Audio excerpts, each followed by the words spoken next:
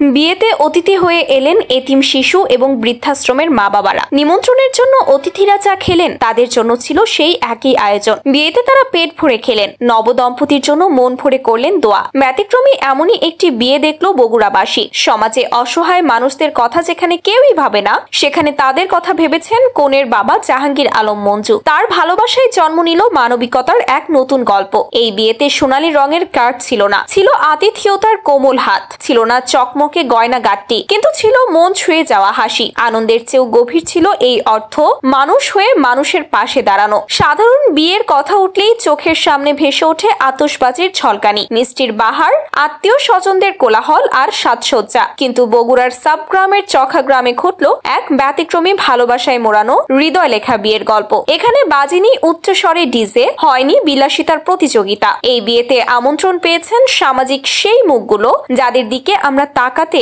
একেবারেই ভুলে যাই। বৃদ্ধাশ্রমের পুরুষরা, নারীরা, ধবধবে চুলের বৃদ্ধ এবং মায়াবী চোখের এতিম শিশুরাও ছিল। আর এলাকায় অবহেলিত নিরন্ন মানুষগুলোও ছিল সেখানে। এই মহৎ উদ্যোগের নায়ক প্রবাসী জাহাঙ্গীর আলম মঞ্জু, একদিন যিনি নিজেও ছিলেন জীবনের কঠিন পথে হাঁটা সংগ্রামী মানুষ।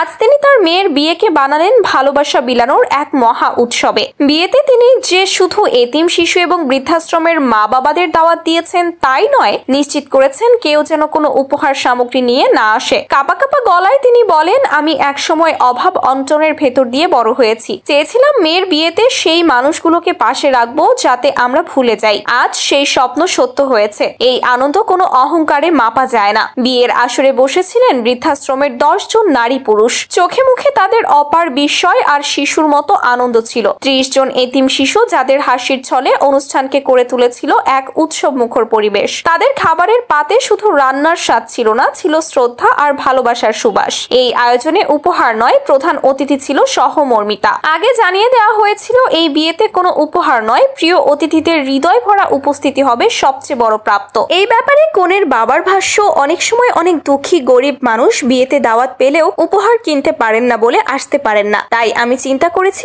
আল্লাহ তো আমাকে অনেক দিয়েছে, আমি তাদের থেকে কোনো উপহার নেব না। মেয়ের বাবার এমন আয়োজন দেখে খুশি ছেলের বাবাও। সাবগ্রাম ইউনিয়ন পরিষদের চেয়ারম্যান ফরিদ উদ্দিন সরকার বললেন, এই বিয়ে সমাজে নবজাগরণ ঘটাবে। আমাদের পারিবারিক অনুষ্ঠানগুলো যদি এমন মানবিক বার্তা দেয় তবে এই সমাজ আরো সুন্দর ও আলোকিত হবে। চকলম গ্রামের আকাশ যেন একটু বেশি নীল ছিল সেদিন পুষ্প বৃষ্টিতে নয়, ভালোবাসায় সিক্ততায় জেগে উঠেছিল নবদম্পতির নতুন জীবনের সূর্য। এই বিয়ে শুধু দুটো মানুষের নয়, ছিল এক নতুন মানবতার, এক নির্মল সৌন্দর্যের, এক নিঃশব্দ বিপ্লবের। তাই তো হাসিবুর রহমান হাসিব জানালেন, শ্বশুরের এমন কাজের কারণে তার প্রতি শ্রদ্ধা বেড়ে গিয়েছে। ইতিমধ্যে এই ব্যতিক্রমী আলোচনার কথা দেশ জুড়ে ছড়িয়ে পড়েছে। সামাজিক যোগাযোগ মাধ্যমে অনেকে কনের বাবার প্রশংসা করছেন।